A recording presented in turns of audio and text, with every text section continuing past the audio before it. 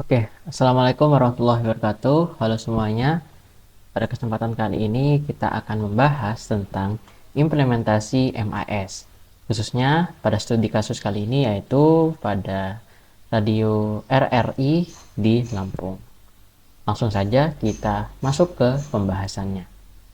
Oke, jadi studi kasusnya yang pertama yaitu Radio RRI Lampung adalah stasiun penyiaran radio jaringan nasional dari RRI untuk wilayah Lampung dan sekitarnya. Jadi seiring perkembangan zaman, radio tidak hanya disiarkan melalui media tape saja, melainkan menggunakan media teknologi internet. Hal tersebut merupakan usaha sekaligus bukti dari eksistensi radio dalam perkembangan digital. Nah, untuk wilayah Lampung sendiri, terdapat 11 reporter aktif yang bertugas untuk mencari berita di Lampung. Oke,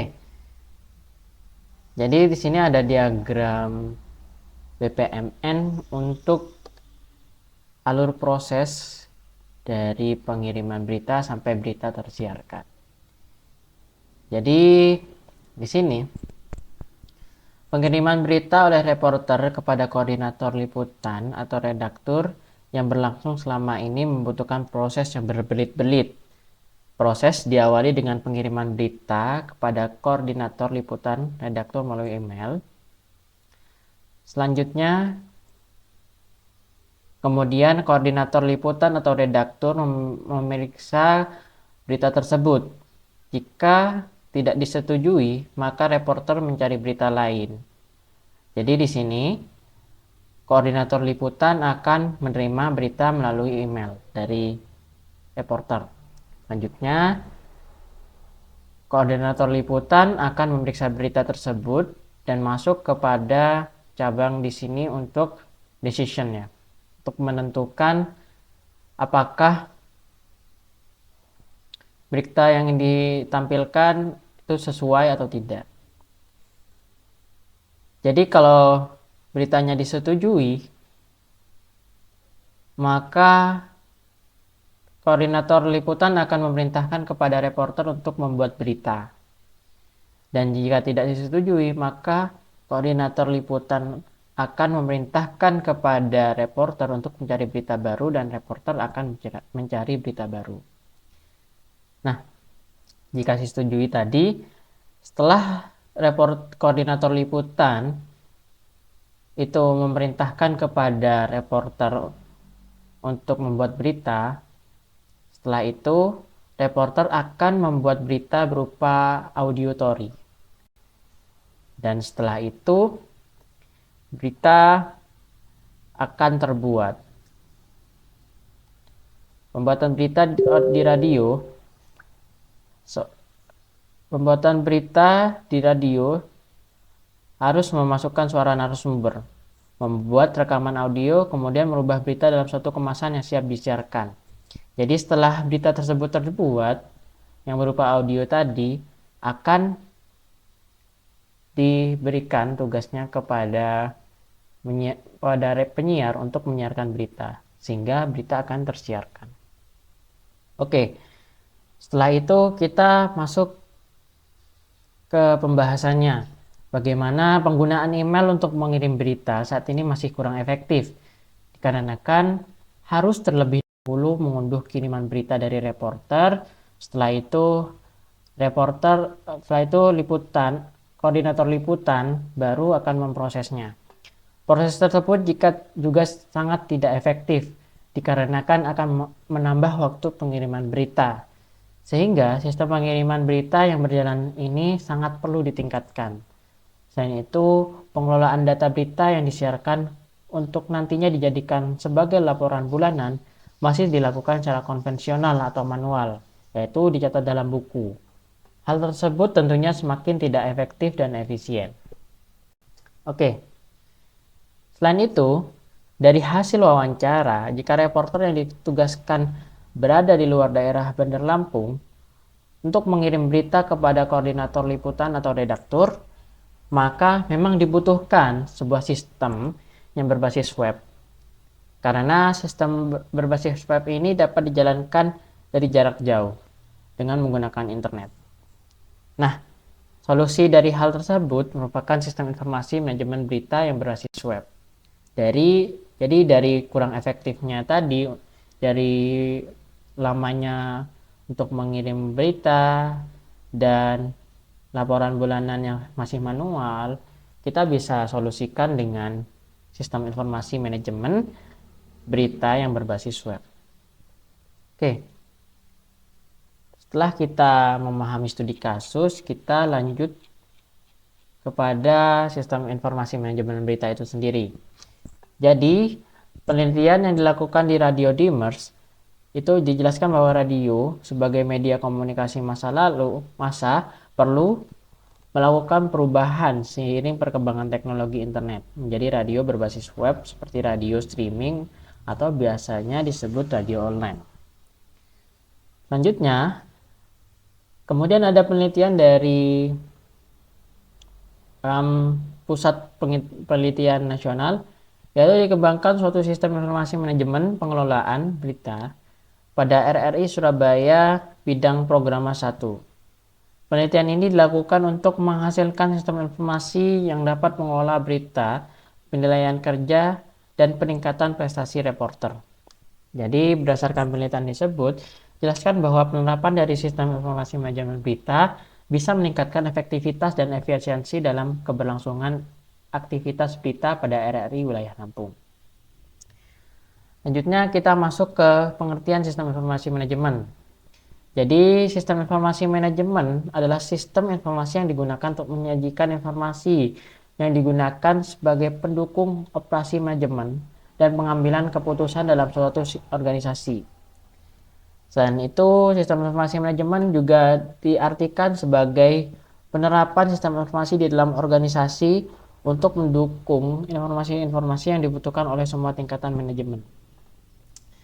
Selain itu, terdapat pengertian lain yaitu manajemen redaksional bisa dibilang adalah sebuah metode dalam mengelola suatu berita dengan memanfaatkan beragam sumber daya yang dimiliki oleh organisasi redaksi tersebut.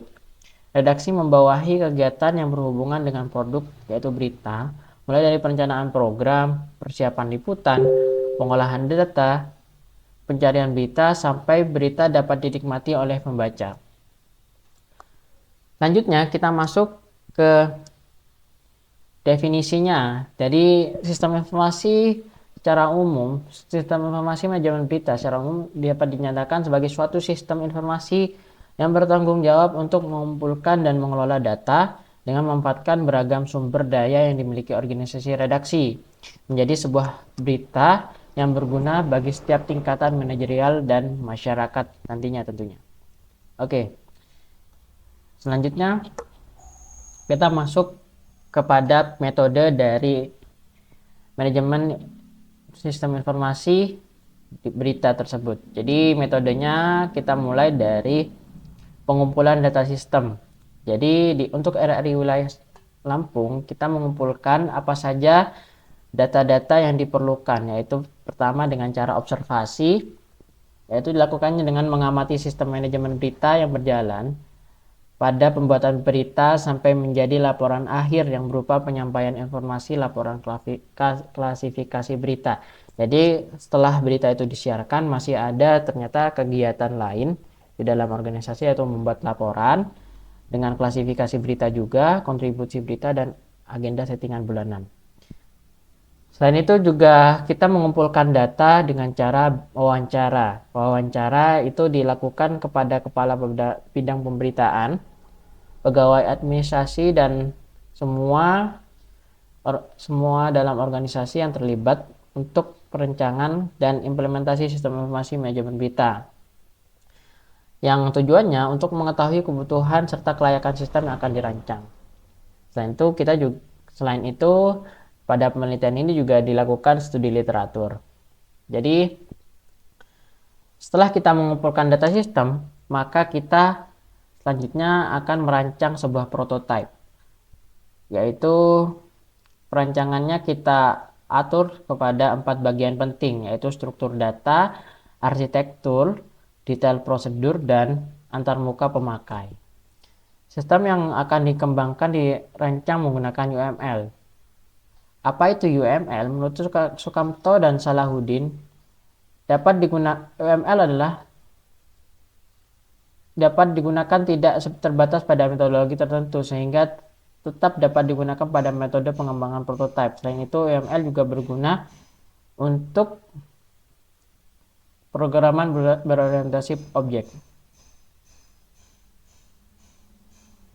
Jadi di sini ada use case sistemnya, ada staff dokumentasi, ada reporter, ada penyiar, dan redaktur. Ada 4 bagian yang terlibat pada sistem informasi manajemen berita ini.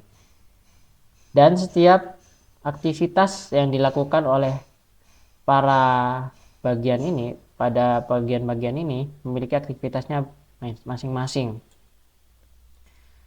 Oke, jadi untuk pertama kali di sini bisa kita lihat ya, semuanya mengarah ke login, di mana harus mempunyai akun atau identitas untuk masuk ke dalam manajemen informasi sistem informasi berita tadi. Jadi di sini ada untuk reporter sini ada kelola berita dan ada melihat notifikasi berita. Sini ada kelola user dan kelola berita untuk staf dokumentasi, dan ya mungkin seperti itu untuk use case sistemnya yang cukup banyak dari cabang-cabangnya. Selanjutnya di sini ada diagram, activity diagram redaktur. Apa saja aktivitas yang dilakukan oleh redaktur tadi yang kita bisa lihat di sini dari use case sistemnya ke activity diagramnya. Jadi untuk redaktur sendiri dia berinteraksi dengan sistem dengan cara masuk ke aplikasi. Selanjutnya sistem akan menampilkan form login untuk memastikan identitas dari redaktur. Selanjutnya redaktur akan memasukkan username dan password, dan apabila username dan password tersebut benar, maka sistem akan menampilkan menu utama.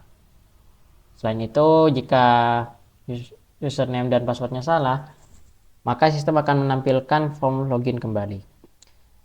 Selanjutnya, jika memang benar, maka akan menampilkan menu utama dan redaktur akan memilih form konfirmasi berita untuk memverifikasi berita yang sudah dia dapatkan. Jadi setelah redaktur memverifikasi berita, maka akan dilakukan pengambilan keputusan, yaitu akan disetujui atau tidak, dan berita akan disetujui atau tidak pada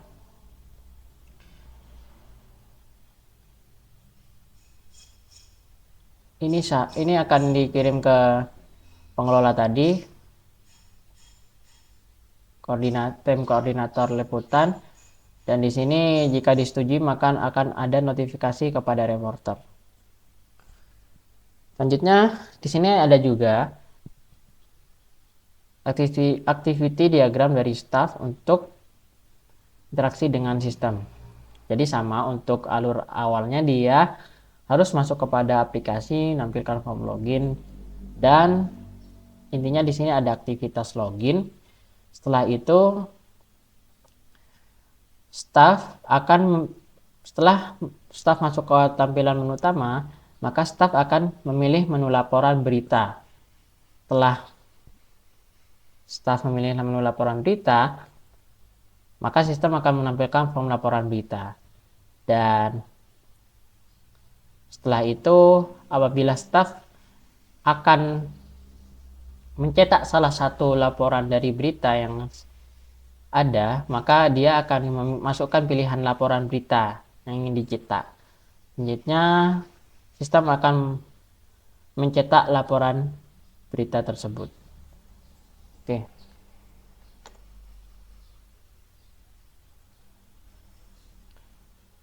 Jadi di sini ada juga activity diagram penyiar. Jadi untuk awalnya di sini sama ya, ada aktivitas untuk login. Selanjutnya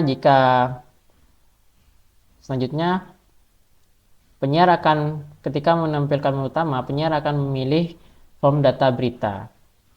Setelah itu penyiar akan melihat mana berita yang akan disiarkan dan kembali akan ditampilkan form data berita yang akan disiarkan. Selanjutnya, setelah kita meneliti dari prototype dengan kita melihat use case dan activity diagramnya, kita bisa mendeploy atau membuat program tersebut dengan bahasa pemrograman yaitu PHP, MySQL, dan Adobe Dreamweaver CS6. Jadi kita menggunakan beberapa bahasa pemrograman di sini dan dengan softwarenya. Oke, selanjutnya user akan mengevaluasi apakah sistem yang sudah jadi sesuai dengan yang diharapkan atau tidak dengan menggunakan pengujian black box. Jadi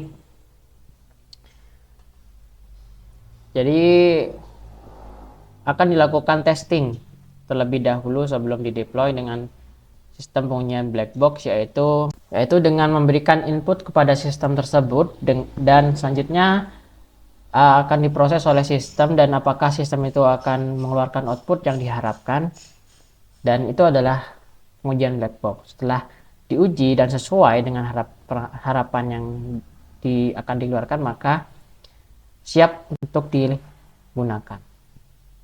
Dan selanjutnya ini adalah hasil dan pembahasannya. Jadi di sini adalah tampilan web sistem informasi manajemen berita. Di sini ada tampilan halaman loginnya. Di sini ada dashboard untuk menu tambah berita. Di sini untuk form tambah berita.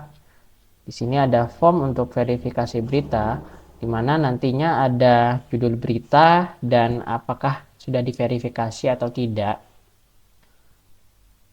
Dan ini digunakan oleh user yang berbeda-beda ya. Jadi menunya akan diakses oleh user yang berbeda-beda.